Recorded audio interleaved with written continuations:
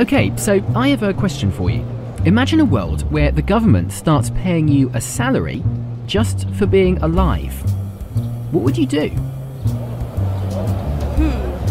I'd spend it on clothes, shoes, junk food. I'd probably go on like a week's long lazy streak. I'll spend money like crazy. I wouldn't even... Sound too good to be true? Well, let's add some more details. Imagine the check is for somewhere between $1,000 and $1,500 every month. Imagine you get paid even if you already have a job. Imagine you can spend the money however you want, no strings attached. And imagine it's considered an inalienable human right, like access to water or voting.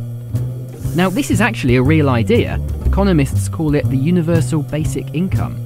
And they estimate that to make it happen in America, it would cost the government around $3 trillion every year. That's almost as much as the United States spends a year on everything. Okay, now imagine a clock. It doesn't have any numbers on it yet, but it's the clock counting down to the day a universal basic income becomes a reality. The day we all get paid just for being alive. Thing is, when we asked people this question, they all agreed about one thing. Would I quit my job? I don't think I'll quit. Probably just buy myself more stuff, but I wouldn't quit my job or anything. I don't know. I'd get really bored if I didn't have anything to do. I wouldn't want to... You'd do something with the money, obviously. Yeah, but like, travel. you'd get bored. So people would keep working, and to be honest, that's just as well. Because high school economics tells us that capitalism, the whole market economy thing, is based on the idea of work. You need people to make things just as much as you need people to buy them. When technology improved after World War II, productivity began to increase, and we've been enjoying the benefits ever since.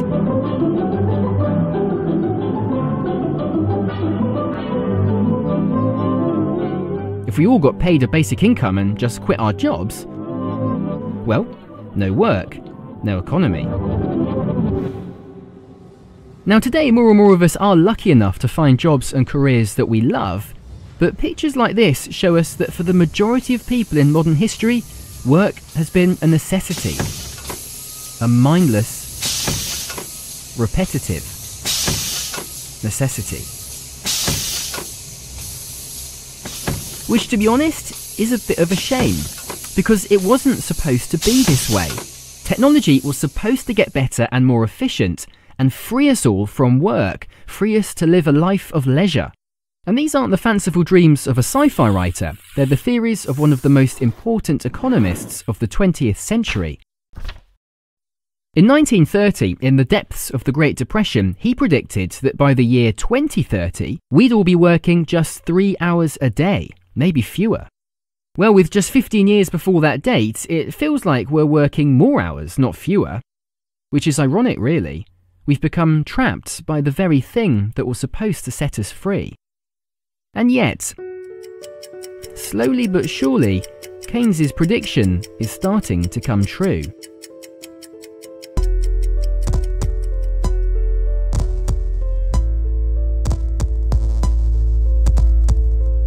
Robots work 24 hours a day for free. They don't take vacations, they don't take maternity or paternity leave. There's an economic inevitability to all of this. Last year, an Oxford University study calculated that 47% of American jobs are at a high risk of being automated in the next 10 to 20 years. Now, a lot of people think technology will create new jobs to replace the old ones, and that is likely. But no one seems to think there'll be enough work for everyone. Keynes called it technological unemployment. But hey, it's not so bad. Because machines are so cheap, the cost of almost everything from food to phones will go down. And we'll have an amazing opportunity to redefine how we spend our lives. Freed from the 9 to 5. Now, if I told you that you never had to work again if you didn't want to, and you never had to worry about money, all of your bills are paid, what would you do with the time? I'm gonna have fun. I'm gonna live, I'm gonna have no stress. Give me more time to serve people. Give me more time to be of service. Give me more time to be productive. I would probably just make sure I go to college and have a better education. I could go play basketball again. I could start traveling the world again instead of staying in one place because I have a job. That'd be wonderful, right? That's wonderful. Seriously. But all that doesn't explain why this clock is still ticking. There's one last piece of the puzzle we've missed. Yes, our market economy relies on people making things and people buying them, but we always forget one thing. The producers and the consumers, they're the same people. If people can't work, they can't earn money, and if they can't earn money, they can't buy anything, and if they can't buy anything, it's the end of capitalism as we know it. Unless we can find a way for people to keep spending money, even if they don't earn any? Experiments in a universal basic income are already being run all over the world. On the other side is a potentially amazing future. For a start, 45 million Americans would be lifted out of poverty almost overnight. For many more of us, it would be the chance to pursue our passions and dreams without worrying about paying the rent. It does have its problems though, questions we haven't figured out the answers to yet. But as long as a future with mass technological unemployment is likely, a future where most people don't have jobs, the day when we all get paid just to exist is all but inevitable.